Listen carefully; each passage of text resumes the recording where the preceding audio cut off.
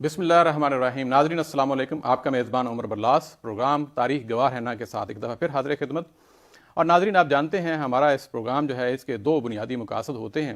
ایک مقصد یہ ہوتا ہے کہ ہم خود بھی تاریخ کا مطالعہ کریں اور جانیں کہ ہمارے جو اسلاف تھے وہ کس طرح کی زندگیاں بسر کرتے تھے، اور دوسرا جو ہے کہ ہمارے بچے جو ہے ہم کو دیکھیں گے کہ ہمارے والدین جو ہے وہ کس طرح پڑھتے ہیں، کتابوں کے ساتھ ان کا کتنا گہرا تعلق ہے، تو وہ اپنی باقیہ زندگی جو ہے وہ بھی ساری کی ساری کتابوں کے ساتھ گزاریں گے۔ تو یہ بنیادی یہی دو مقاصد ہیں۔ آج جو ہماری شخصیت ہے وہ بہت بڑی شخصیت ہے۔ نام آپ نے سنا ہوا ہے البیرونی، پورا نام جو ان کا تھا محمد بن احمد البیرونی، بلکہ بہت زیادہ کئی کتابوں میں یہ بھی لکھا ہوا تھا برہان الحق ابو ریحان محمد بن احمد البیرونی۔ آپ کی جو پیدائش ہے وہ ناظرین خوارزم کا ایک علاقہ جو اس وقت ایک حکومت تھی، اس کا ایک مضافات میں ایک چھوٹی سی بستی تھی جس کا نام تھا بیرون، آپ وہاں پہ پیدا ہوئے، اور اس وجہ سے آپ کو البیرونی بھی کہا جاتا ہے۔ آپ ایک ایسے گھرانے میں پیدا ہوئے جو کہ بہت زیادہ کوئی امیر جو آپ گھرانہ نہیں تھا، بلکہ آپ یوں کہہ لیں کتابوں میں یہ بھی لکھا ہوا ہے کہ بلکہ غریب اور مفلسی کے اندر وہ جو گزر بسر ہوتی تھی۔ والد صاحب جو تھے وہ ایک چھوٹے سے کاروباری تھے، اور اسی طرح جو ہے گھر کا سارا خرچ چلتا تھا۔ تاریخ پیدائش جو ہے وہ 4 سپٹمبر 973 عیسوی۔ جگہ جیسے میں نے بتائی کہ ایک بستی تھی بیرون جو کہ خوارزم کے مضافات میں تھی۔ اب وجہ جو شہرت ہے یہ ایک بڑا دلچسپ ہے، یہاں میں آپ کو بتاتا چلوں کہ کوئی ایک پہلو نہیں ہے ان کی شخصیت کا، یعنی کہ اگر ہم بات کریں کہ ماہر وہ ارضیات جو ہیں تو وہ بھی صادق آتا ہے، ریاضی کے ماہر ہیں وہ بھی صادق آتا ہے، طبیعیات کے ماہر ہیں، علم حیت کے ماہر ہیں، اور بہت بڑے تاریخ دان ہیں، اور اس طرح اگر سلسلہ دیکھا جائے کیمیا دان ہیں، تو یہ ساری چیزیں جو ہیں ایک شخصیت کے اندر، تو یہ بڑی ایک دلچسپی والی صورتحال پیدا ہو جاتی ہے کہ ایک شخصیت جو ہے وہ اتنے سارے پہلوؤں پہ کس طرح وہ سارا کام کر سکتا ہے۔ لیکن آگے پروگرام میں چل کے ہم یہ ساری چیزیں بتائیں گے۔ اور آپ کو 6 زبانوں پہ عبور حاصل تھا۔ اب آپ خود سوچیں کہ اس دور میں کتنی سہولیات تھی، اگر آج کے زمانے میں اگر حساب لگایا جائے تو آج آپ کو آسانی سے زبانوں کے بکس بھی مل جائیں گی، اور آپ کو اس طرح کے ٹیوٹر بھی مل جائیں گے، ہر چیز سے سیکھنے کے لیے مل جائے گی۔ لیکن اس دور میں جب ساری سہولتیں ناپید تھیں، اس وقت جو ہے وہ اتنی زبانوں پہ عبور حاصل کرنا یہ کوئی آسان کام نہیں تھا، جس میں فارسی ہے، عربی ہے، سنسکرت ہے، عبرانی ہے، سریانی ہے، یونانی ہے، یہ ساری کی ساری زبانوں پہ آپ نے عبور حاصل کیا تھا۔ اور یہاں پہ ایک چیز آگے چلتے ہیں اور ان کے جو ابتدائی حالات تھے ان پہ بات کرتے ہیں۔ ناظرین جیسے ہی ان کی ایج جو ہے البیرونی کی کوئی 8-9 سال کے آس پاس ہوئی تو آپ کے والد کا انتقال ہو گیا۔ چونکہ گھر میں کوئی اور کمانے والا نہیں تھا، لہذا والدہ کو یہ ساری ذمہ داری جو ہے وہ اٹھانی پڑی۔ اب اس دور میں کیا کام ہو سکتا تھا؟ قریبی جنگل میں جانا، لکڑیاں اکٹھی کرنا، اور اس طرح جو ہے والدہ وہ بستی میں لاتی، یا اگر زیادہ ہوتی تو قریبی شہر میں لے کے جاتی، وہاں بیچتی اور جو رقم ملتی اس سے گھر چلاتی۔ البیرونی جو ہے وہ بھی ساتھ جاتے تھے اور والدہ کی مدد کرتے تھے۔ اس دوران انہیں جو قدرت کے شاہکار جو ہیں وہ پودے ہیں، پرندے ہیں، پتے ہیں، پھول ہیں، ان کو دیکھنے کا، مشاہدہ کرنے کا بڑا شوق پیدا ہوا۔ لہٰذا وہ ایک طرف تو والدہ کی مدد بھی کرتے تھے، اور ساتھ ساتھ جو ہے وہ ان جو ہے پودوں، پھولوں اور پتوں کو بڑے شوق سے دیکھتے بھی تھے، بلکہ جب گھر واپس آتے تھے تو ان کے ہاتھ میں ایک گلدستہ ہوتا تھا جس میں کچھ پھول ہوتے تھے، کچھ پتے ہوتے تھے، کچھ ٹہنیاں جو ہیں وہ پودوں کی ہوتی تھیں، اور وہ گھر میں پھول جو ہے گلدستہ رکھتے تھے تو اس سے گھر بھی جو ہے وہ پورا مہک جاتا تھا۔ یہ عادت ان کی والدہ کو بہت پسند تھی، اور اسی وجہ سے والدہ نے ابو ریحان آپ کی کنیت رکھی تھی۔ ایک دن کیا ہوا کہ والدہ کے ساتھ جنگل میں گئے اور لکڑیاں جو ہے وہ اکٹھی کر رہے تھے، تو وہاں پہ وہ دیکھتے ہیں کہ ایک اور شخص جو ہے وہ کچھ پھولوں کو توڑ رہا ہے اور اپنے بیگز میں ڈال رہا ہے، کچھ پتیوں کو وہ پتوں کو اکٹھا کر رہا ہے، کچھ جڑی بوٹیوں کو اکٹھا کر رہا ہے۔ لہٰذا البیرونی ان کے پاس گئے، اور اس وقت ان کی عمر 11 سال تھی، یعنی 11 سال کا بچہ ان سے جا کے پوچھتا ہے کہ حضرت آپ یہ کیا کام کر رہے ہیں؟ آپ ان پودوں کی، پھولوں کی زندگیوں کو کیوں ختم کر رہے ہیں؟ آپ میری طرح ان کو شوق سے دیکھتے کیوں نہیں؟ ان کی تصویریں کیوں نہیں بناتے؟ لہٰذا وہ جو صاحب تھے انہوں نے بڑا تبسم فرمایا اور کہا، بیٹے میں یونان سے آیا ہوں، اور میں پھولوں پہ، پودوں پہ، پتوں پہ، درختوں پہ تحقیق کر رہا ہوں تاکہ ان کا علم سیکھ سکوں، اور انسانوں کے لیے اگر ان کے اندر سے کچھ ایسی دوائیں جو ہے وہ بنا سکوں جو انسانوں کے کام آ سکیں۔ یہ سن کے البیرونی کو بڑا تجسس ہوا، اور وہ ان سے اور سوالات جو ہے وہ پودوں کے حوالے سے، درختوں کے حوالے سے، پھولوں کے حوالے سے کرتے چلے گئے، اور یہ ملاقات کا سلسلہ جو ہے وہ روزانہ ایک معمول بن گیا، اور تقریباً 3 سال تک یہ سلسلہ اسی طرح چلتا رہا۔ تقریباً جب 14-15 سال کی عمر ہوگی البیرونی کی، اور اس وقت یہ چونکہ اتنی زیادہ تحقیق اور اتنے زیادہ وہ نوٹس بھی ڈیلی کی ڈیلی بنانا شروع ہو گئے، تو جب اپنے دوستوں میں اپنے قریہ میں باقی لوگوں سے باتیں کرتے تو ان کی شہرت تھوڑی سی پھیلنی شروع ہو گئی کہ ایک ایسا لڑکا یا ایک ایسا نوجوان جو ہے وہ اس طرح کے سوالات کرتا ہے جیسے کوئی انہونے سے سوالات ہوں۔ اور ناظرین یہ وہ زمانہ تھا جب خوارزم پہ جو حکومت تھی وہ احمد بن محمد بن عراق کی تھی، اور ان کے ایک چچا زاد بھائی تھے جن کا نام تھا ابو نصر المنصور بن علی بن عراق۔ وہ بھی علم ہیت اور علم ریاضی میں ان کو بڑا شوق بھی تھا، اور ساتھ ساتھ وہ تحقیق بھی کر رہے تھے۔ یہ ساری باتیں ان تک جب پہنچیں تو انہوں نے ایک دعوت نامہ بھیجا، آپ یوں کہہ لیں یا بلاوا بھیجا البیرونی کو کہ وہ ان کے ہاں آئیں۔ جب البیرونی ان کے پاس پہنچے، بات چیت ہوئی، مکالمہ ہوا، تو بات پتہ یہ چلا کہ یہ کوئی ایک عام نوجوان نہیں ہے، یہ کچھ زندگی میں کچھ حاصل کرنا چاہتا ہے، اور خاص طور پہ علم و تحقیق کے میدان میں یہ آگے بڑھنا چاہتا ہے۔ لہٰذا ابو نصر المنصور بن علی بن عراق نے ایک چھوٹا سا گھر تعمیر کر دیا البیرونی کے لیے، اور ساتھ جو ہے وظیفہ بھی قائم کر دیا۔ اس طرح البیرونی کو سہولت ہوگی، کیونکہ گھر میں پہلے تو فاقے تھے، مفلسی تھی، تو ساتھ ساتھ تھوڑی سی ایک سپورٹ مل گئی تھی، اور علم و تحقیق کی جو بھی سوالات ہوتے تھے وہ سارے کے سارے ابو نصر سے وہ کرتے تھے۔ اور بلکہ بعد کی کتابوں میں بھی آتا ہے کہ البیرونی ہمیشہ کہتے تھے کہ میرے وہ استاد ہیں، اور ان کو اسی استاد کی احترام اور عقیدت سے وہ دیکھتے تھے۔ ناظرین کچھ عرصہ بعد جو احمد بن محمد بن عراق کی جو ہے وہ فوت ہو گیا، تو ان کے بیٹے کی حکومت بن گئی جن کا نام تھا ابو عبداللہ محمد بن احمد۔ لہذا ان کے زیر سایہ بھی یہ سلسلہ چلتا رہا۔ اتفاق سے جب ابو عبداللہ محمد کی حکومت بنی تو اس وقت جو ایک اور دعوے دار بھی بن گئے تھے جو کہ خوارزم کے جو شمالی علاقہ تھا وہاں پہ انہوں نے حکومت قائم کر لی تھی، اور ان کا نام تھا مامون بن محمد۔ لہذا خوارزم جو ہے وہ دو حصوں میں تقسیم ہو گیا تھا۔ جو شمالی ایریا تھا وہ سارے کا سارا مامون بن محمد کے پاس تھا، اور اس کا جو دارالحکومت تھا وہ گرگاج تھا، جبکہ باقی جو خوارزم تھا وہ سارے کا سارا ابو عبداللہ محمد بن احمد کے پاس ہو گیا، اور اس کا دارالحکومت کا نام تھا کاس۔ یہ سلسلہ اس طرح چلتا رہا۔ تھوڑے عرصے بعد جو ہے وہ مامون بن محمد اور ابو عبداللہ محمد کی آپس میں جنگ ہو گئی، اور اس میں ہوا یہ کہ ابو عبداللہ محمد جو ہے وہ قتل کر دیے گئے۔ تو اس طرح یہ آل عراق کی جو حکومت تھی وہ ہمیشہ ہمیشہ کے لیے آپ یوں کہہ لیں کہ خوارزم پہ وہ ختم ہو گئی تھی۔ اب یہ صورتحال ہوگی چونکہ جو البیرونی تھے وہ تو آل عراق کے ہی پروردہ تھے، اس وجہ سے وہاں پہ ان کو یہ شدید مشکلات پیش آئیں اور وہاں سے ان کو ترک وطن کرنا پڑا۔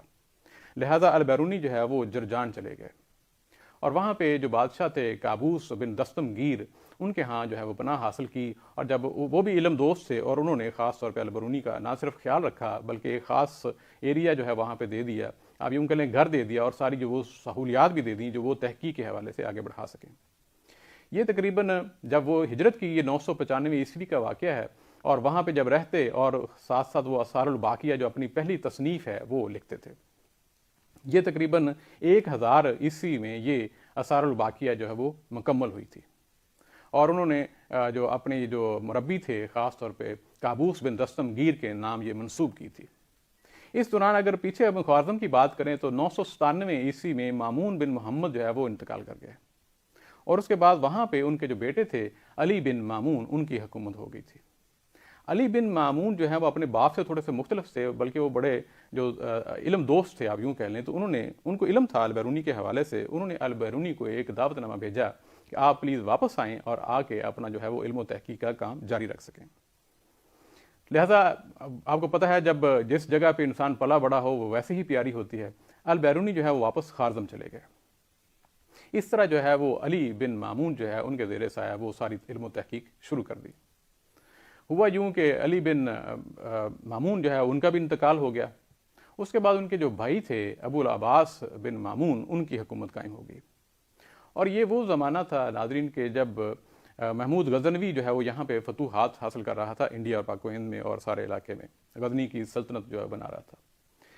محمود غزنوی اور ابو العباس بن مامون کے ساتھ نہ صرف ایک دوستانہ ماحول تھا بلکہ ان کی آپس میں قرابت داری بھی تھی، یعنی کہ جو ابو العباس کے بڑے بھائی تھے وہ محمد جو ہے وہ ان کی محمود غزنوی کی جو بہن تھی ان کی شادی جو ہے وہ علی بن مامون سے ہوئی تھی، اور علی بن مامون کی جب وفات ہوئی تھی تو اسی بہن کا نکاح جو ہے وہ ابو العباس بن مامون کے ساتھ ہو گیا تھا۔ ناظرین ابو العباس بن مامون نہ صرف وہ علم ہیت اور علم ریاضی میں اس کو شوق تھا پڑھنے کا بلکہ خود بھی ایک بہت بڑے عالم تھے۔ لہٰذا ان کے اس شوق کی وجہ سے جو اس علاقے میں اس دور کے جتنے بھی اسکالر تھے انہوں نے سب کو دعوت نامہ بھیجا اور اکٹھا کرنا شروع کر دیا۔ ایک طرف سے بلخ سے جو ہے وول سینا وہاں پہنچ گیا خوارزم میں، اور دوسری طرف ہے البرونی جو ہے وہ جرجان سے واپس چلے گئے. تو اس طرح جو ہے وہ ان کا آپس میں وہاں پہ یہ تحقیق جو ہے کرنی شروع کر دی. اس کے ساتھ جو ہیں دو اور جو بہت بڑے اسکالرز وہ بھی وہاں پہ موجود تھے. ایک کا نام ابو الخیر ابن خمار تھا، جبکہ دوسرا کا نام تھا ابو الفضل المسیحی، ابو المسلم المسیحی غالباً ان کا نام ہے وہ تھا. یہ چاروں جو اسکالر تھے صبح و شام جو ہے وہ تحقیق کرنا شروع ہو گئے. اچھا ہوا یوں کہ کچھ عرصے بعد جو ہے وہ ابو العباس بن مامون جو ہے ان کی حکومت کے اندر بغاوت پیدا ہو گئی، اور اس میں کچھ فوجیوں نے اس طرح کیا کہ نہ صرف محل کو آگ لگا دی بلکہ ابو العباس کو قتل کر دیا. جب یہ خبر محمود غزنوی تک پہنچی تو انہوں نے بھی ایک آف کورس ایک بہت بڑا رنجیدہ ماحول تھا، انہوں نے بھی غصے میں یا انتقامی کارروائی کرتے ہوئے خارزم پہ چڑھائی شروع کر دی اور خارزم کو فتح کر لیا. جب خارزم کو فتح کر لیا تو خارزم بھی غزنی کا سلطنت کا ایک حصہ بن گیا. اس کے بعد محمود غزنوی نے وہاں پہ یہ جو چاروں علماء تھے، اسکالرز تھے اور اتنے بڑے ایک عظیم شخصیات تھیں، ان کو دعوت نامہ بھیجا کہ وہ آ کے غزنی میں یہ سارے کام وہ آگے بڑھائیں، اپنے علم و تحقیق والے سارے کام. لیکن جو دو اسکالرز تھے جس میں نے ابھی کہا کہ المسیحی اور جو بولے سینا، انہوں نے تو ترک وطن کیا اور ایران جانے کو پریفر کیا. اس کی وجہ یہ بھی تھی کہ محمود غزنوی ایک بہت سخت اور بڑے آپ یوں کہہ لیں کہ غصے والے تھے، جانے جاتے تھے. تو انہوں نے اس چیز کو انہوں نے ایکسیپٹ نہ کیا اس دعوت نامے کو، اور وہ ایران چلے گئے اور آگے چل کے وہ طب کے حوالے سے وہ تحقیق جاری رکھی. جبکہ البرونی اور جو ابو الخیر ابن خمار تھے یہ غزنی آ گئے، اور غزنی آ کے تقریباً 1017 میں انہوں نے ایک رصد گاہ، ایک ریسرچ سینٹر جو ہے وہ قائم کر دیا، اور وہاں بیٹھ کے یہ سارے مشاہدات کرتے تھے. ادھر ہی ایک اور ان کی جو ملاقات ہوگی، کچھ ہندوؤں سے بھی ملاقات ہو گئی. اور آپ کو پتہ ہے کہ غزنی میں ہندو بھی آباد تھے، اس میں 3 قسم کے ہندو ہوتے تھے. ایک تو وہ تھے جب جنگ و جدل میں کچھ لوگ جو ہے قیدی ہو جاتے تھے تو واپس غزنی آتے تھے تو وہ وہاں پہ آباد ہو جاتے تھے. دوسرے وہ ہندو تھے جو کہ محمود غزنوی کے فوج کے اندر جو ہے وہ کچھ ہندو بھی ملازمت کرتے تھے، لہذا وہ آلریڈی وہاں پہ موجود تھے.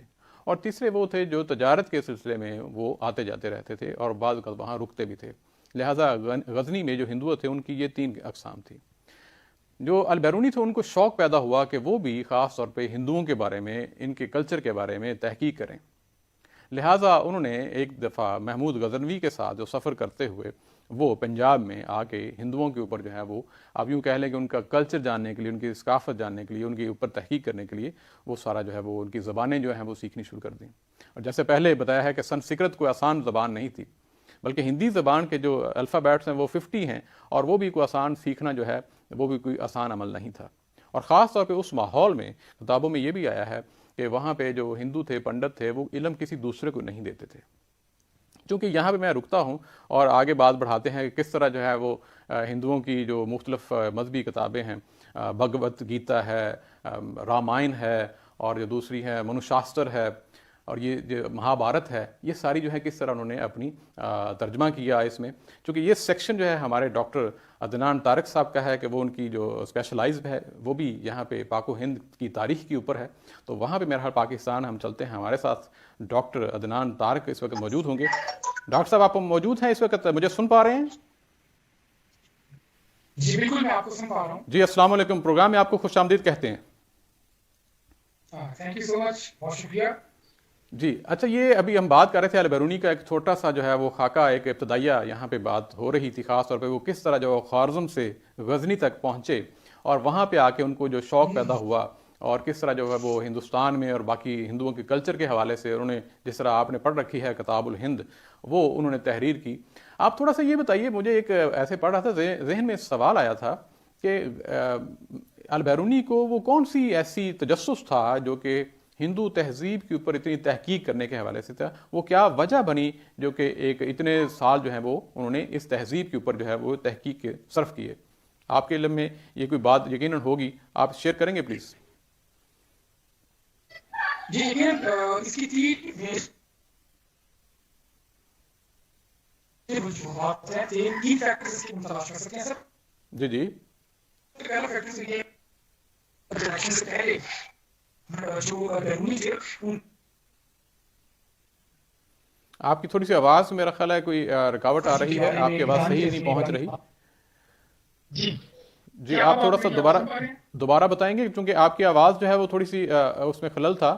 آپ دوبارہ پلیز سے بتائیں گے کیا وجہ بنی تھی؟ جی میں بتاتا ہوں آپ کو. دیکھیے جو البیرونی تھے ان کے جو ہندوستان میں دلچسپی کی وجوہات ہیں ان کو ہم 3 بنیادی حصوں میں ڈیوائڈ کر سکتے ہیں. سب سے پہلی وجہ تو یہ ہے کہ جو البیرونی تھے وہ محمود غزنوی کے ساتھ غزنی آنے سے پہلے ان کی جو علمی دنیا تھی وہ عبرانی زبان کے مطالعے تک محدود تھی, یا یونانی تہذیب و ثقافت کا اور یونانی علوم کا بڑا گہرا مطالعہ کیا تھا. اپنی زندگی کا ابتدائی طویل ترین حصہ انہوں نے یونانی, عبرانی اور عربی تہذیب کے مطالعات میں بسر کیا. غزنی میں آنے کے بعد جب ان کا ہندوؤں سے انٹریکشن ہوتا ہے, جیسا کہ آپ نے بھی بتایا ہے, تب انہیں اس بات کا احساس ہوتا ہے کہ ہندی تہذیب جو ہے, جو مشرق کی طرف کا جو علاقہ ہے, جو ہندی تہذیب ہے, اس تہذیب کے بارے میں ان کا مطالعہ اور ان کا مشاہدہ بہت کم ہے, بلکہ نہ برابر ہے. جی, یعنی کہ یہ ایک بڑی وجہ تھی کہ وہ جاننا چاہتے تھے. اور اس سلسلے میں یہ بتائیے ایک وجہ جی دوسری وجہ, اور دوسری وجہ یہ تھی کہ جب وہ غزنی میں آتے ہیں اور جب ان کا وہاں پر موجود ہندو تاجروں سے ان کے ساتھ ان کی ملاقاتیں ہوتی ہیں, ان کا انٹریکشن ہوتا ہے, تب ان کو اس بات کا احساس ہوتا ہے کہ مشرقی علوم جو ہیں, خاص طور پہ علم نجوم یا علم ہندسہ جو ہے خاص طور پہ, وہ اس مشرقی حصے, دنیا کے اس مشرقی حصے سے ہندوستان کہا جاتا ہے, اس زمانے میں جس کا نام نہیں تھا, اس علوم کے میدان میں بے پناہ ترقی ہوئی ہے جس سے مغربی دنیا باقی تہذیبیں واقف نہیں ہیں. یہ دوسری وجہ تھی جس کے باعث انہوں نے ہندوستانی تہذیب, ہندوستانی ثقافت, کلچر اور یہاں پر پھیلے ہوئے ہر قسم کے علوم کا مطالعہ کرنے کا ارادہ کیا. صحیح. اور ایک تیسری وجہ بھی ہے, تیسری وجہ یہ ہے کہ جب وہ محمود غزنوی کے ساتھ آتے ہیں, محمود غزنوی نے, آپ جانتے ہیں کہ جے پال کو شکست دینے کے بعد پنجاب کے علاقے کو غزنی کے ساتھ انہوں نے ملا دیا تھا. اس طرح سے باقاعدہ اپنی سلطنت کا حصہ تو نہیں بنایا, لیکن ان کا حکمرانی یہاں پہ قائم ہو گئی تھی. تو یہ ایک وسیع تر موقع تھا بیرونی جیسے بڑے دماغ کے لیے کہ وہ یہاں پر بیٹھ کر ہندو اسکالرز سے, ہندو جو میڈیکل سائنس کے جو لوگ تھے, طبیات کے لوگ تھے, خاص طور پہ ہندو فلسفی اباؤٹ میٹا فزکس, مابعد طبیات کے اندر ان کا جو شوق تھا وہ بے پناہ بڑھا, اور اس کے بعد ہندو تہذیب کا مطالعہ شروع کی. صحیح.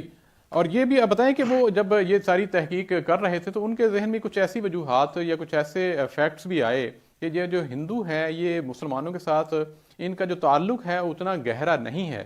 اس کی کیا وجوہات ہیں؟ آپ نے کتاب الہند میں یقیناً پڑھا ہوگا. یقیناً دیکھیے, البیرونی کی جو کتاب ہے الہند, جس کا اصل نام ہے, اس کتاب کے پہلے جو اس کتاب کے بارے میں آپ جانتے ہیں کہ وہ 80 ابواب پر مشتمل ہے. پہلا جو باب ہے, اسی باب کے اندر انہوں نے مسلمانوں اور ہندوؤں کے درمیان جو 6 بنیادی وجوہات بتائی ہیں جو فرق پیدا کرتی ہیں. اگر ہم ان وجوہات کا مطالعہ کریں تو بڑی ہمیں حیرانگی ہوتی ہے کہ سیموئل پی ہنٹنگٹن نے 20ویں صدی کے اندر کلیش آف سویلائزیشن کی جو بات کی ہے, اب سے 1000 برس پہلے البیرونی اسی کلیش آف سویلائزیشن کے تھیسس کو اپنے مطالعات اور اپنے زمانے کے محاورے, اپنے زمانے کی سمجھ کے مطابق پیش کر رہا تھا. اس نے 5 یا 6 بات پیش کی ہیں. سب سے پہلے وہ زبان کے حوالے سے بیان کرتا ہے. جی, کیا آپ مجھے سن رہے ہیں؟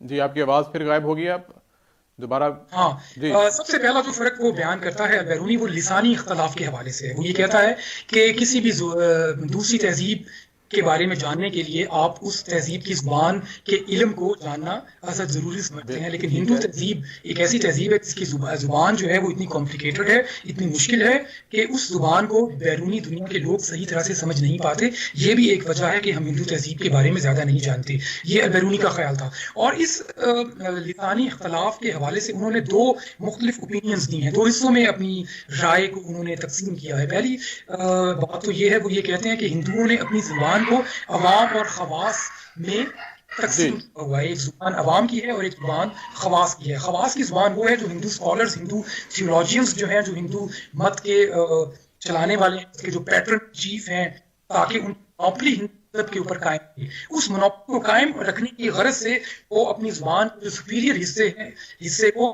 سیپریٹ رکھتے ہیں, کنفائن رکھتے ہیں, اس کا اختصاص کسی بھی صورت میں متاثر نہیں ہونے دیتے, اور اس کو وہ عام ہندو سے بھی دور رکھتے ہیں.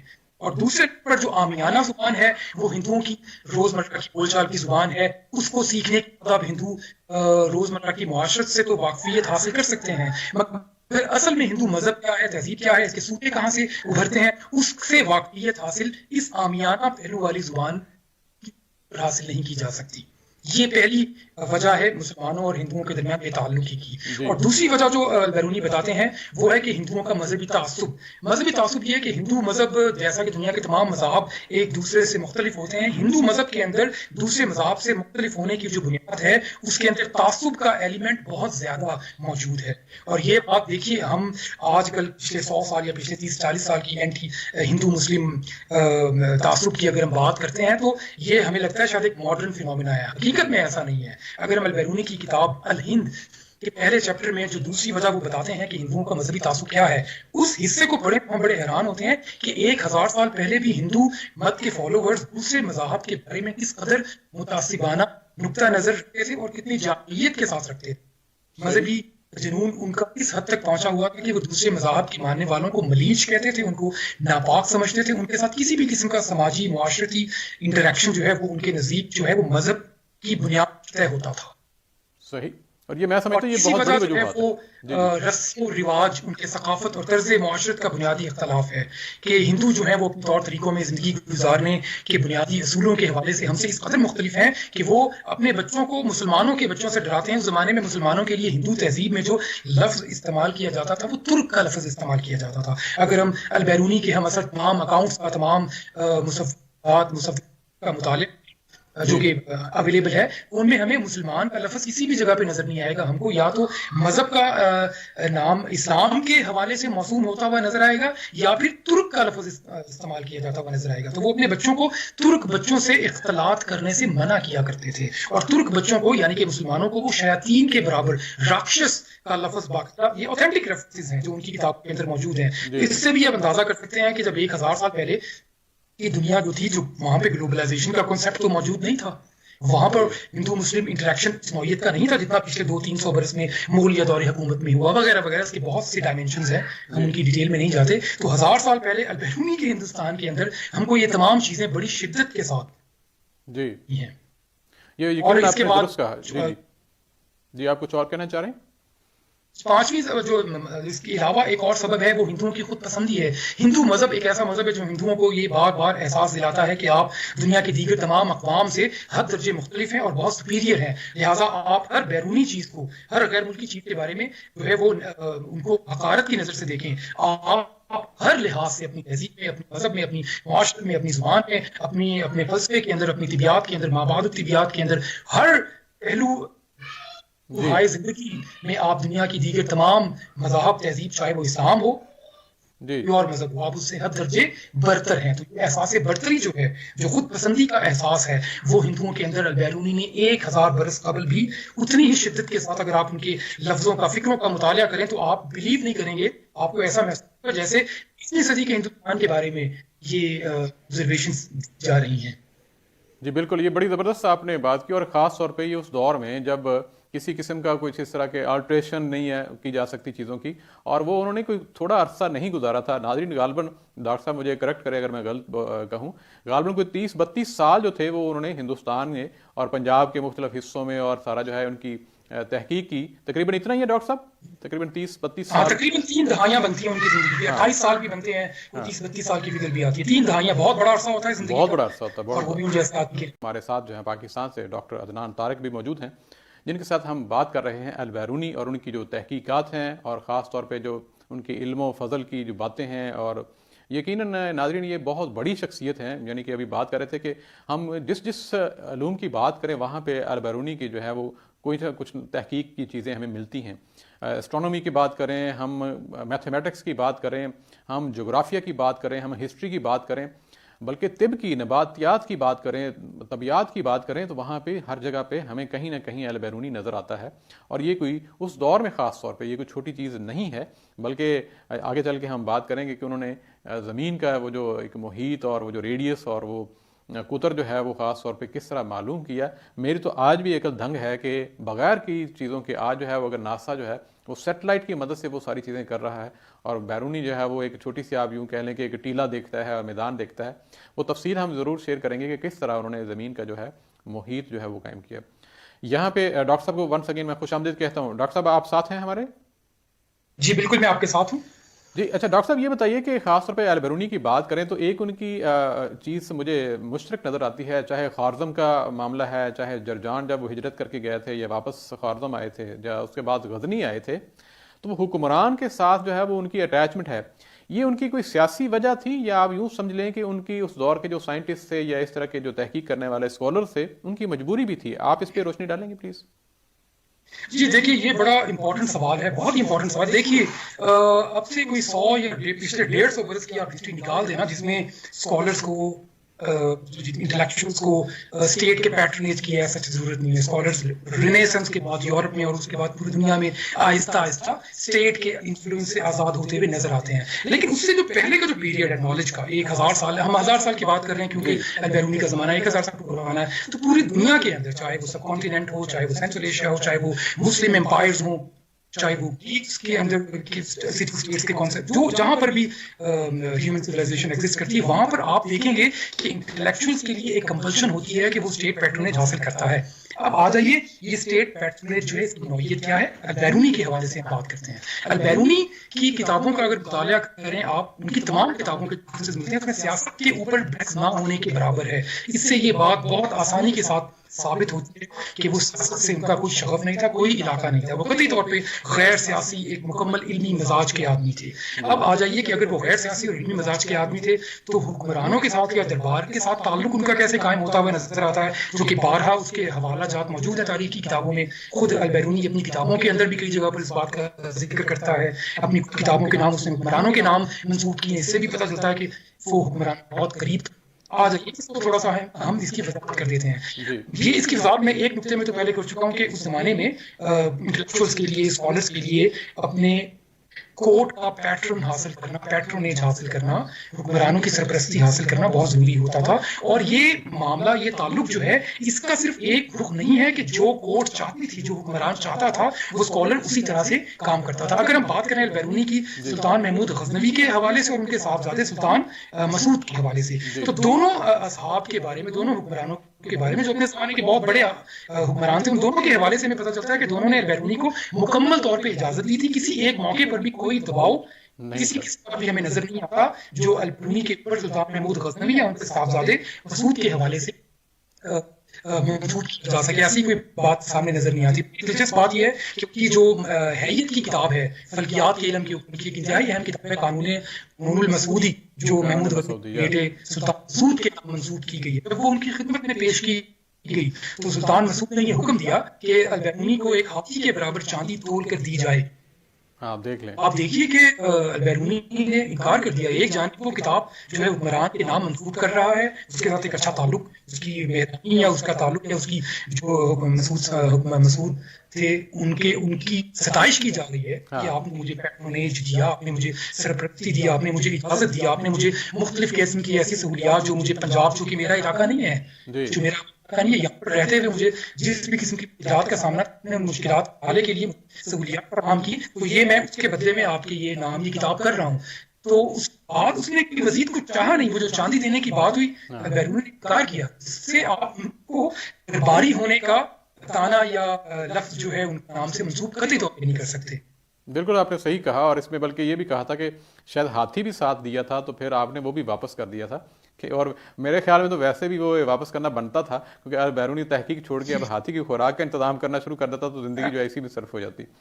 اور یہ بتائیے آپ خاص طور پہ جو آپ نے بات کی جو ہے قانون مسعودی جو کتاب کا نام ہے، یہاں اس کے اندر یہ بہت بڑی کتاب ہے جو علم حیت کے اوپر زیادہ ہے یا علم ریاضی کے اوپر زیادہ ہے، اور اس میں کیا خاص چیزیں کیا ہیں؟ دیکھیے جو علم حیت ہے وہ ریاضی کے بغیر تو اس کی بنیاد ہی نہیں بن پاتی ہے. آپ بھی جانتے دیکھیے البیرونی ماہر ریاضیات بھی تھے، بہت بڑے میتھمیٹیشین تھے. ویسٹرن ورلڈ آج بھی ان کی معترف ہے اور بہت بڑے حیت دان بھی تھے. اب یہ جو ایسٹرونومی ہے، جو حیت کا علم ہے، فلکیات کا علم ہے، یہ بنیادی طور پر میتھمیٹکس کے اوپر ڈیپینڈ کرتا ہے. تو البیرونی ماہر حیت دان بھی تھے اور ماہر ریاضیات بھی تھے. تو ان دونوں علوم کا مجموعہ ہے جو انہوں نے اپنی اس کتاب کے اندر، کتاب کی تھیمز، کتاب کے تھیسس، جتنے بھی انہوں نے کتاب کے اندر نتائج اخذ کرنے کی کوشش کی ہے، وہ تمام ریاضیات اور حیت دونوں علوم کے ارتباط کی بنیاد پر کی ہے. اور اس کتاب کے اندر یہ کتاب بنیادی طور پہ اس کتاب کی اسپیشلٹی جو پاکستانی ہونے کے ناطے ہمارے لیے بہت زیادہ اہمیت ہے، وہ اس کتاب کی جو جائے پیدائش ہے وہ پاکستان ہے، جہلم، لاہور، سیالکوٹ، ملتان، ان ایریاز کے اندر اس نے تقریباً غالباً ایک حوالہ ملتا ہے 7 برس، ایک جگہ ملتا ہے تقریباً 9 برس، 7 یا 9 برس کے اندر وہ ان علاقوں میں گھومتے پھرتے رہے اور یہیں پر بیٹھ کر اس کتاب کی پوری تیاری جو ہے وہ پایا تکمیل تک پہنچی۔ بلکہ جہلم کی تحصیل پنڈ دادن، جو اس زمانے میں تو شاید پنڈ دادن اس کا نام نہیں ہوگا، وہاں پہ ایک قصبہ تھا نندنا، اس کے ٹیلے پر بیٹھ کر انہوں نے زمین کے محیط اور قطب کی پیمائش کی، جو بالکل نہ صحیح تقریباً 99% درست ماڈرن سائنس اسے مانتی ہے۔ جی ہاں جی، وہ کسی بلکہ جگہ میں باغاں والا بھی آتا ہے اس کا تذکرہ، اس کے ساتھ ایک ٹیلا تھا اور اس کے ساتھ ایک میدان تھا۔ جی آپ جی جی بالکل۔ تو یہاں پہ یہ چیز ایک بڑی ناظرین بڑی انٹرسٹنگ ہے کہ اس دور میں جو زمین کا جو گھیر ہے، جو محیط کہتے ہیں، وہ اس سے پہلے تحقیق ہوئی تھی اور وہ مامون جو ہے وہ حکمران تھا اس دور میں ہوئی تھی اور انہوں نے کروائی تھی۔ ان کا جو طریقہ کار تھا وہ بڑا کہہ لیں کہ ایک سمپل تھا۔ وہ یہ تھا کہ قطبی تارہ جو تھا، آپ یہ کہہ لیں کہ وسیع میدان جہاں پہ ہو اور اگر قطبی تارہ آپ کو نظر آ جائے تو قطبی تارے کا جو اینگل ہے آپ نے وہ اگر ڈیفائن کر لیا ہے اور ایک پوائنٹ جو ہے زمین کے اوپر یا میدان کے اوپر آپ نے وہ مختص کر لیا ہے لائک پوائنٹ اے، اور آپ نے اس جو ہے شمال کی طرف چلنا شروع کر دینا ہے۔ جب شمال کی طرف چلنا شروع کر دینا ساتھ ساتھ اپنے زاویہ بھی کیلکولیٹ کرنا ہے۔ تو جیسے ہی وہ زاویہ جو ہے ایک زاویہ جو ہے وہ آپ طے کر لیں فاصلہ، یعنی کہ فار ایگزامپل اگر آپ ایک جگہ 35 زاویے کے ساتھ جو ہے وہ قطبی تارے کو دیکھ رہے ہیں تو اس کے ساتھ آپ چلتے جائیں شمال کی طرف، تو جیسے ہی وہ 36 ہو جائے تو یہ جو ڈسٹنس ہے یہ آپ نے میئر کر لینا ہے، اور یہ زمین کا یہ ایک زاویہ ہے، اور زمین چونکہ اس طرح ہے اور وہ 360 زاویہ بنتے ہیں، جس طرح وہ گیند کا بھی عام طور پہ وہ بنتا ہے، تو اس کو 360 سے اس فاصلے کو ملٹیپلائی کر دینا ہے تو زمین کا گھیر نظر آتا ہے، گھیر جو ہے ملتا ہے۔ تو یہ تقریباً جو ہے وہ 25,000 جو ہے انہوں نے بنایا تھا، 25,009 کے قریب جو میل تھے یہ۔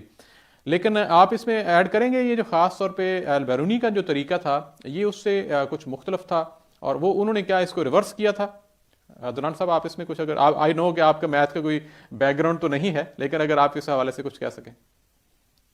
نہیں، مجھے اس کا اتنا نہیں پتا، لیکن اتنا ہے کہ جو انہوں نے قطر نکالا تھا، زمین کا محیط نکالا تھا، وہ 24,779 تھا، 24,779، جو ماڈرن جو پیمائش ہے اس سے صرف 78 میل کم ہے۔ تو یہ بڑی حیرت انگیز بات ہے۔ یقیناً انہوں نے اپنا طریقہ ڈرائیو کیا ہوگا، انہوں نے اس پرانے جو classical Greek classical establish pattern تھا اس کو انہوں نے فالو، میرا خیال ہے یہ شاید نہ کیا ہو، یا ہو سکتا ہے فالو کیا ہو اور فالو کرنے کے بعد اپنا ایک ماڈیفائڈ ورژن اس کے اندر ایڈ کیا ہو، کیونکہ وہ اپنی جگہ پر ایک بہت بڑے اسکالر تو تھے نا، ایک بہت بڑے فزسٹ تو تھے نا، نالج وائڈلی نالجڈ۔ تو ان کا جو ماہر یہ دان ہونا ہے، ماہر طبیعت ہونا ہے، وہ اسی بات سے ثابت ہوتا ہے کہ وہ خود اپنے طریقے، اپنی کیلکولیشنز نکال لیتے تھے۔ تو ٹھیک ہے، انہوں نے بالکل کچھ نہ کچھ اپنے کوئی فارمولے ایڈ کیے ہوں گے جو میں نہیں جانتا۔ جی یہ بالکل آپ نے درست کہا، مطلب ہے وہ اس چیز کو اصل میں وہ تصدیق بھی کرنا چاہتے تھے، یعنی اس دور کے وہ جو 25,000 کا جو فرق تھا، بلکہ آج کا جو ناسا کا جو وہ سیٹلائٹ کے ذریعے جو انہوں نے زمین کا جو گھیر ہے یا محیط ہے وہ نکالا، وہ جو اور جو البیرونی نے نکالا تھا وہ 78 مائل کا، آپ نے بالکل درست کہا۔ یہ تقریباً جو ہے 0.3 جو ہے وہ پرسنٹیج بنتی ہے جو ایرر کی، جو 0.3 جو ہے یہ ایرر جو ہے وہ ایک تحقیق کی دنیا میں ایرر اس کو مانا نہیں جاتا، عام طور پہ 0.6 یا سے زیادہ ایرر جو ہے وہ مانا جاتا ہے۔ تو وہ مامون کے اس دور کا جو وہ تھا وہ ان کا ایرر تھا تقریباً 0.6 کے آس پاس، وہ 152 مائلز کا وہ فرق تھا۔ تو یہ میں سمجھتا ہوں کہ بہت بڑی بات ہے۔ اب آپ خود سوچیں کہ آج کے ناسا کے سیٹلائٹ کی مدد سے یہ سارا کچھ ہو رہا ہے، اور اس وقت جو ہے بالکل آپ نے درست کہا پنڈ دادر خان کے قریب، بعض جگہوں پہ نندنا بھی اور بعض جگہوں پہ باغاں والا کا ساتھ ایک ٹیلا ہے، وہاں پہ جو ہے بیٹھ کے ادھر، بلکہ کہتے ہیں کہ چھوٹا سا ایک قلعہ بھی ہے وہاں پہ، وہ کافی عرصہ مقیم رہے تھے تاکہ اس کیلکولیشن، اور جب بھی مطلع صاف ہوتا تھا تو وہ کہتے ہیں نا وہ ڈی آپ نے وہ پرکار اور ڈی یہ جیومیٹری کی ساری چیزیں ہیں، وہ ڈی وہ رکھتے تھے جہاں پہ افق ہوتا تھا اس کا جو پیرالل وہ چیز بنتی تھی، پھر وہ اینگل جو بنتا تھا ٹیلے کا، اور اس طرح۔ تو یہ ان کا طریقہ کار یہ تھا کہ یہ اس سے ریورس تھا، یعنی کہ پہلے یہ رداس جو ہے ریڈیس جو ہے وہ نکالتے تھے اور اس کے بعد اس کو 2 سے ملٹیپلائی کرتے تھے، وہ پھر قطر آ جاتا تھا، اور اس کے بعد پھر 3.14 جو پائی کی قیمت ہے اس سے پھر وہ ملٹیپلائی کرتے تھے، وہ زمین کا جو گھیر جو ہے وہ آ جاتا تھا۔ یعنی کہ ساری بات کرنے کا کہ یہ 1000 سال پہلے جب کوئی گیجٹس نہیں تھے، جب کوئی سیٹلائٹس اور اس طرح کی چیزیں نہیں تھی، اور یہ بیٹھ کے ایک ٹیلا اور ایک میدان ہے، وہاں پہ اس بڑے عظیم سائنسدان نے، عظیم محقق نے زمین کا گھیر نکالا اور ریڈیس نکالا، اس کا مرکز اور اس کا جو فاصلہ ہے خاص طور پہ جہاں پہ وہ بیٹھا تھا، یہ بہت بڑی بات ہے۔ اور یہ قانون مسعودی میں، اور قانون مسعودی میں ایک اور بھی جو ہے ٹریگنومیٹری کے حوالے سے بھی خاص طور پہ ہے، مثلث اور دائرے کے جو دیگر اشکال ہیں، ان کے اضلاع ہیں، اور کتنے اضلاع ہیں، 9 اضلاع ہیں، یہ ساری چیزیں اس کے اندر موجود ہیں. اس کا جو ترجمہ بھی ہوا ہے باقی زبانوں میں؟ جی ڈاکٹر صاحب.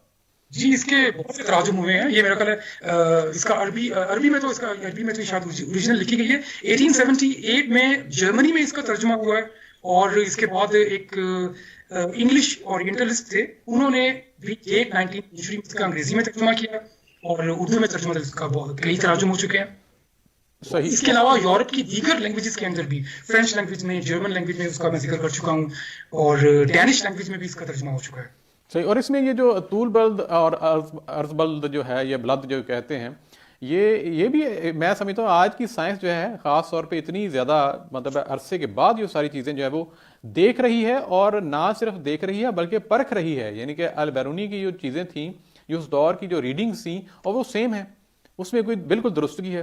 اسی طرح عدنان صاحب یہ بتائیے کہ خاص طور پہ یہ جو اگر کیمیا کے حوالے سے بات کریں تو علم کیمیا میں انہوں نے کتاب الجواہر میں یہ تذکرہ کیا ہے، تقریباً کوئی 18 کے قریب جو سٹونز ہیں ان کی جو انہوں نے کیمیتیں نکالی ہیں، ان کی وہ ساری کی ساری بھی وہ بالکل سیم ہے ریڈنگ جو آج ہے، اتنی کریکٹ ہے. تو یہ کیا وجہ ہو سکتی ہے؟ اور میں تو خود بڑا حیران ہوں اس چیز پہ. جی ڈاکٹر صاحب آپ بات کر رہے تھے خاص طور پہ جو ریڈنگز کے حوالے سے کہ اتنی ایکوریٹ کیسے ہیں؟ دیکھیے اس کی ریڈنگز ایکوریٹ ہیں، ایک جواب تو سائنٹیفک ہو سکتا ہے وہ میں خود نہیں بتا سکتا، لیکن میں آپ کو ان کے ریڈنگز کے ایکوریٹ ہونے کے پیچھے کے جو فیکٹرز ہیں ان کے بارے میں بتا سکتا ہوں. دیکھیے محمود غزنوی کو جن فیکٹرز نے بیرونی کو جن فیکٹرز نے البیرونی بنایا تھا، وہ فیکٹرز وہ جگہ ہے جہاں پر وہ پیدا ہوا. البیرونی کو آپ جانتے ہیں کتاب الہند کے حوالے سے غزنی میں آنے کے بعد کے جو واقعات ہیں ان کی اہمیت ہمارے نزدیک زیادہ ہے، لیکن در حقیقت البیرونی اس صورتحال میں بنایا تھا جو صورتحال غزنی میں آنے سے پہلے اس کے ساتھ درپیش ہو چکی. خارزم کا علاقہ ایک تہذیبی طور پہ بڑا رچ علاقہ تھا. یہ وہ علاقہ تھا جہاں پہ یونانی علوم کی رسائی، ہارون الرشید کے دربار، اور اس زمانے کی بغداد کی خلافت کے زمانے میں یونانی علوم کے جس قدر تراجم ہوئے تھے، عبرانی علوم کے، مصری تہذیب کے جتنے بھی علوم تھے ان کے تراجم ہو چکے تھے، اور سب سے بڑھ کر ایرانی علوم کی رسائی. یہ وہ تمام باتیں تھیں جو علوم کی مختلف روایات کی شکل میں خارزم کے علاقے میں ہم کو البیرونی کے زمانے کے 100 سال کے دورانیے کے اندر ہم کو نمایاں طور پہ ثبوت کے پتہ چلتا ہے کہ وہاں پر یہ تمام روایات مختلف تہذیب علمیت کی موجود تھی. تو البیرونی ان تمام تہذیبی روایات سے بڑے وسیع المشرب آدمی تھے، ایک بڑے پکے مسلمان تھے، بڑے صحیح العقیدہ قسم کے مسلمان تھے، مگر ان کے اندر وسیع المشربیت کی وہ روایت موجود تھی جو ہمیں اسلامی تہذیب عطا کرتی ہے. تو انہوں نے تمام تہذیبی، تمام مذاہب، تمام ثقافتوں کی روایات سے حد درجہ استفادہ حاصل کیا، اور اسی استفادے کا یہ نتیجہ ہے کہ ان کے اندر تعصب نام کی کوئی چیز موجود نہیں تھی، اور وہ علم کو برائے علم لیا کرتے تھے. اور جب وہ اپنے مشاہدات، اپنے مطالعات کے اندر جو وہ سوال آپ نے کیا کہ ایکوریٹ ریڈنگز کیوں کر آتی تھی، تو وہ یہ وسیع المشربیت ہے. صحیح بالکل آپ نے درست کہا. اچھا جی آپ کچھ کہہ رہے تھے؟ جی تو ان تمام تہذیبی مختلف علوم روایات سے استفادہ کرنے کی وجہ سے ان کو حاصل ہوتی ہیں. ٹھیک ہے. اور یہ چیز ایک بتائیں یہاں پہ خاص طور پہ میں یہ جس طرح پہلے ہم پروگرام میں یہی بات کر رہے تھے کہ ان کی ایک جگہ پہ یہ ایک خاص اینگل میں تحقیق نہیں ہے، جس طرح ڈفرینٹ قسم کے جو علوم ہیں ان کی تحقیق ہے. جس طرح علم حیت کے حوالے سے بات کی ہے، میتھمیٹکس کی بات کی ہے، جغرافیہ کی بات کی ہے، آپ نے تاریخ کے حوالے سے بات کیا جب الہند کا بات کرتے ہیں اس پہ. آپ یہ بات ہمیں بتائیے کہ البیرونی کو اگر کوئی ایک چیز کے حوالے سے اگر پہچانا جائے، مطلب ہم پہچانیں، تو وہ کون سی چیز ہے جس میں ان کی ایک بہت عظیم جو ہے وہ تحقیق اور ان کی دریافتیں ہیں؟ وہ کون سا ایریا آف تحقیق کا ہے؟ دیکھیے ہاں اس کا جواب دیا. دیکھیے البیرونی کی بہت سی کتابیں ہیں، ان کی تعداد ایکچوئل پتہ نہیں چلتی، بعض جگہ پہ 115 آتی ہیں، بعض جگہ پہ ایک ایسی روایت ملتی ہے کہ 60 صفحوں پر مشتمل ایک تحریر کسی ہسٹورین کو ملی، اس تحریر کے اندر ان کی تمام کتابوں کا نام تھے. تو دیکھیے کتابیں ان کی بہت ساری ہیں، ان کا جو نمایاں ترین کام ہے وہ سب کانٹیننٹ کے کانٹیکسٹ کے اندر ہم ان کو جانتے ہیں کتاب الہند کے حوالے سے، جو ان کا بہت وقت کا حامل کام ہے. لیکن یورپین ورلڈ کے اندر ان کی جو کتاب ہے قانون المسعودی، غالباً اس کتاب کو یورپ کے اندر البیرونی کا سب سے بڑا حوالہ اور انٹروڈکشن کا سب سے بڑا نوٹ سمجھا جاتا ہے. اور اس کے علاوہ بھی ان کی جو کتاب ہے آثار الباقیہ، اس کتاب کی بھی اہمیت بہت زیادہ ہے، کیونکہ دیکھیے اب اس میں بڑی حیرت انگیز اور دلچسپ بات ہے کہ ہسٹوریوگرافی کا فادر ابن خلدون کو مانا جاتا ہے، اور کسی حد تک ہی نہیں بلکہ 100% یہ بات درست ہے. لیکن دلچسپی کی بات یہ ہے کہ ابن خلدون کے پیدا ہونے سے 300-350 برس قبل البیرونی نے آثار الباقیہ لکھی، جو تاریخ کی اتنی بڑی کتاب تو نہیں ہے جتنی ابن خلدون کی ہے، مگر آثار الباقیہ کے اندر تاریخ نویسی کے جن اصولوں کی پاسداری کی گئی ہے، بڑی حیرت کی بات ہے کہ وہ اصول دنیا میں ابن خلدون کے نام سے جانے جاتے ہیں، حالانکہ البیرونی ان سے 300 برس پہلے ان تمام اصولوں کے انطباق کی شرائط کے حوالے سے پیش کرتے تھے. تو ایک مورخ کے طور پہ بھی ہسٹوریوگرافی میں ان کا نام اتنا بڑا ہے جانا جا سکے. آثار الباقیہ، قانون المسیح اور کتاب یہ 3 ان کے بڑے ریفرنس ہیں. ایک بڑا کون ہے میرے خیال یہ سوالوں سے. جی اچھا، یہ اس دور کے جو دوسرے اہم لوگ تھے، بڑی شخصیات تھیں علم و تحقیق میں، جو بہت بڑے نام آتے ہیں، جس میں خاص طور پہ بولے سینا کا نام آتا ہے. تو یہ چیز بھی ایک جگہ میں پڑھ رہا تھا کہ بولے سینا جو ہے ان کی جو دنیا میں جو شہرت ہے وہ بہت زیادہ ہے البیرونی کے مقابلے میں. لیکن اگر کام ہم دیکھیں تو البیرونی کے جتنے مختلف کام ہیں مختلف علوم کی تحقیق کے حوالے سے، اور جتنی انہوں نے تصانیف جس طرح آپ نے بھی بات کی ہے لکھی ہیں، فلکیات کے اوپر بھی ہیں اور تاریخ کے اوپر بھی ہیں، جغرافیہ کے اوپر بھی ہیں، یہ ساری کی ساری چیزیں، لیکن البیرونی کے وہ مقام جو ہے وہ کیوں نہیں حاصل ہو سکتا؟ اس کی کیا بنیادی وجہ ہے؟ دیکھیے اس میں 2 وجوہات ہیں. ایک تو ابو علی سینا کا مقام، اس میں کوئی شک نہیں، بہت بڑے مقام کے حامل ہیں. جیسا کہ آپ نے کہا کہ ویسٹ کے اندر ابو علی سینا ایوزینا کے نام سے جانے جاتے ہیں، بہت بڑے بڑے انسٹیٹیوٹس کے نام انہوں نے ایوزینا کے نام پہ رکھے ہیں. بالکل ٹھیک ہے. ابو علی سینا کی شخصیت کے اندر اگر ہم ان کی حالات زندگی کا مطالعہ کریں تو وہ خاصی بڑی حد تک سیکولر آدمی تھے. ان کی ذاتی زندگی کے اندر مذہب کا دخل نہیں تھا، اور ان کے جتنے بھی کام ہیں وہ ماہر فلکیات بھی تھے، وہ کیمسٹ بہت اچھے تھے، وہ اور بھی وہ سائنس کے ساتھ زیادہ جڑے ہوئے نظر آتے ہیں. وہ مابعد طبیعیات میں دلچسپی کے باوجود بھی میٹا فزکس اور ریلیجن کے حوالے سے ان کا کوئی خاص کام نظر نہیں آتا. کچھ چیزیں، کچھ رسالے وغیرہ ہیں، مگر بنیادی طور پر وہ فلسفے کے آدمی نہیں تھے. ان کا کام سائنس کے اوپر ہے، اور سائنس ہی کے حوالے سے یورپ میں ان کو جانا جاتا ہے. اب آ جائیے البیرونی نے بھی سائنس پہ بہت کام کیا ہے، اور بہت عمدہ کام کیا، جس کے بارے میں آپ بھی بات کر چکے ہیں، زمین کا محیط نکالا وغیرہ وغیرہ، اور میتھمیٹکس کے بہت سے فارمولے جو ہیں اس کے اندر انہوں نے بڑی عمدہ ایڈیشنز کیے ہیں، جو اچھا تسلیم بھی کیے گئے ہیں. ایسا نہیں ہے کہ یورپ کے اندر، ویسٹ کے اندر وہ انٹروڈکٹ موجود نہیں ہے.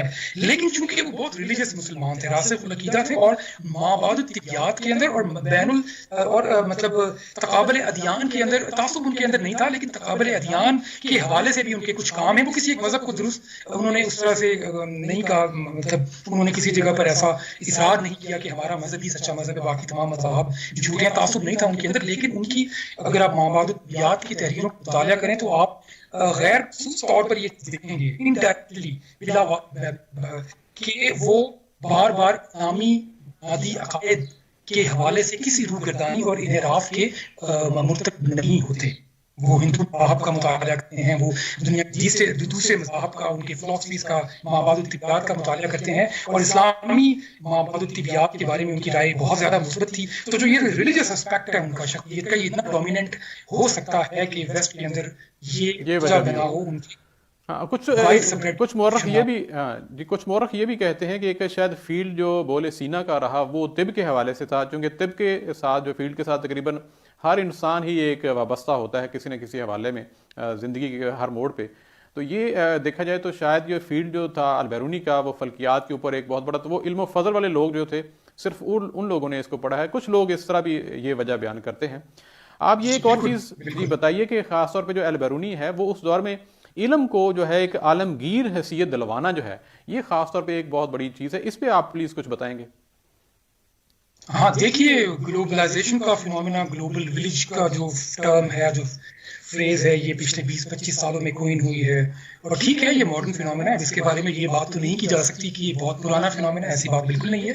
لیکن البیرونی کی تحریروں سے ان کی کئی کتابوں کے حوالے موجود ہیں جہاں سے پتہ چلتا ہے کہ وہ علم کو کسی ایک خاص مذہب، ایک خاص علاقے، کسی ایک خاص ثقافت، تہذیب کی حد تک موقعیت محدود نہیں سمجھتے تھے. وہ گلوبلائزیشن آف نالج کی بات انہوں نے کی ہے. شاید ہماری دنیا کی تاریخ میں البیرونی وہ پہلے شخص تھے جنہوں نے گلوبلائزیشن آف نالج کی بات کی.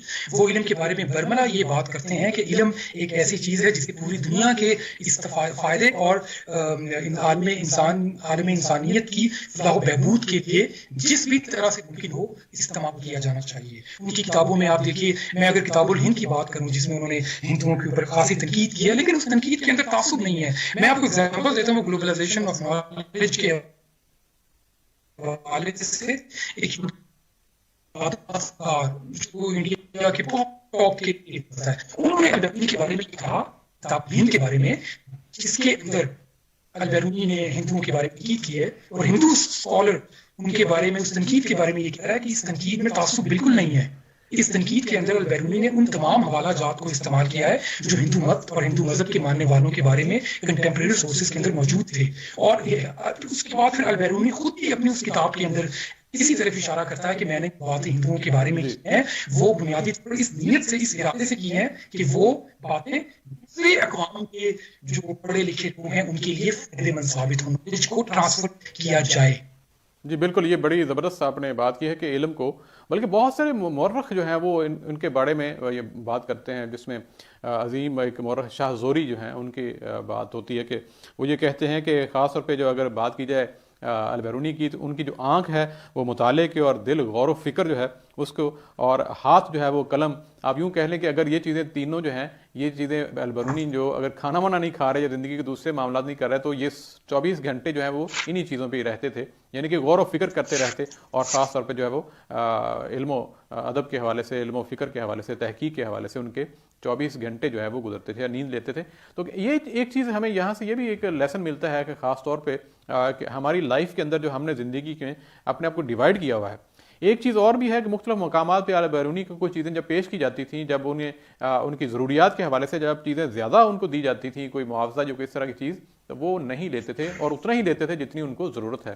اور یہ بات میرا خیال ہے ہم نے کہیں کسی اور جگہ پہ علامہ اقبال کے حوالے سے بھی کسی دن پروگرام کریں گے تو یہ چیز وہاں سے بھی ملتی ہے ہمیں. تو ڈاکٹر صاحب آج کا میرا پروگرام جو ہے وہ خاص طور پہ چونکہ اتنی بڑی شخصیت ہے, بات تو اور بھی بہت سی کر سکتے تھے, لیکن وقت جو ہے بڑا محدود ہے اس وقت. پروگرام جو ہے آخری چند سیکنڈز ہیں, تو آپ سے ونس اگین ون لائنر اگر کچھ دینا چاہیں تو آپ. جی ون لائنر یہ ہے کہ البیرونی کے بارے میں جو میں نے جو بھی پڑھا ہے, مختلف رائٹرز کی تحریریں ہیں, ایک چیز قوم بیرونی واحد آدمی جن کی نجی زندگی کے بارے میں کچھ پتہ بہت کم پتہ چلتا ہے. ان کی پوری زندگی اگر آپ موسوم کر سکتے ہیں تو علم کی خدمت کے ساتھ ہے آخری سانس تک. بالکل صحیح, بلکہ ان کی ایک کتاب جو ہے تفہیم کے نام سے ان کو جو انہوں نے منسوب کیا ہے, ایک خاتون ریحانہ جب وہ خوارزم میں تھی, تو وہ بھی کہتے ہیں کہ وہ بھی مطلب وہ واحد خاتون ان کی لائف میں آئی تھی, لیکن وہ اس طرح نہیں آئی تھی, وہ بھی ایک محقق تھی, اور انہوں نے مل کے جو ہے وہ علم ریاضی کے اور علم حیت کے اوپر کام کیا تھا. تو ان کا ایک ذکر ضرور آتا ہے ایز اے خاتون کے نام سے. لیکن ڈاکٹر صاحب یہاں پہ میں ونس اگین آپ کا شکریہ ادا کروں گا. آپ یقیناً ہم اگلے کسی پروگرام میں دوبارہ جو ہے وہ آپ کے ساتھ بات چیت کریں کسی اور بڑی شخصیت کے اوپر, اور یہاں تک میں آپ کو خداحافظ کہتا ہوں. السلام علیکم. اور ناظرین, یہ ہمارا جو خاص طور پہ آج کا جو پروگرام ہے یقیناً البیرونی کی بہت بڑی شخصیت ہے, اور البیرونی جو ہے وہ جتنے بھی ان کے پہلو جو ہیں لائف کے وہ دیکھتے چلے جائیں تو ایک پروگرام نہیں کئی پروگرام ہو سکتے ہیں. لیکن آج ہم نے کوشش کی ہے کہ ان کی جو لائف کے چیدہ پہلو ہیں, جو ان کی چیدہ تحقیقات ہیں, ان کی دریافتیں ہیں, ان کی ایجادات ہیں, ان کے اوپر بات کی جائے, اور وہاں سے ہمیں جو کیا سبق ملتا ہے, کیا ہم نے علم و فن کو کتنا وقت دینا ہے, علم جو ہے اس کو کتنا پڑھنا ہے, اور جیسے اللہ تعالیٰ نے بھی کہا ہے کہ میری کائنات کو آپ دیکھو اور غور کرو, اور یہ چیز جو ہے ہمارے لیے بھی ثابت ہے, ہمارے لیے بھی یہ لازم ہے کہ ہم بھی ان چیزوں کے اوپر غور کریں, اور اپنی زندگی کے اندر خاص طور پہ اپنے بچوں کے اندر یہ شوق پیدا کریں کہ وہ بڑی شخصیات کو وہ بھی پڑھنا شروع کریں. مطالعے کا شوق بہت ضروری ہے لائف میں, اس کو ساتھ لے کے چلیں, اور یقیناً زندگی جو ہے وہ ایک ڈفرینٹ اور ایک بہترین ایک بیلنس زندگی جو ہے آپ کے سامنے آئے گی. آج کا بس اتنا ہی, اور انشاءاللہ پھر اگلی قسط میں تاریخ گواہ رہنا کے ساتھ حاضر ہوں گے. اپنا خیال اور اپنے عزیز و اقارب کا خیال رکھیے گا. انشاءاللہ پھر ملیں گے. السلام.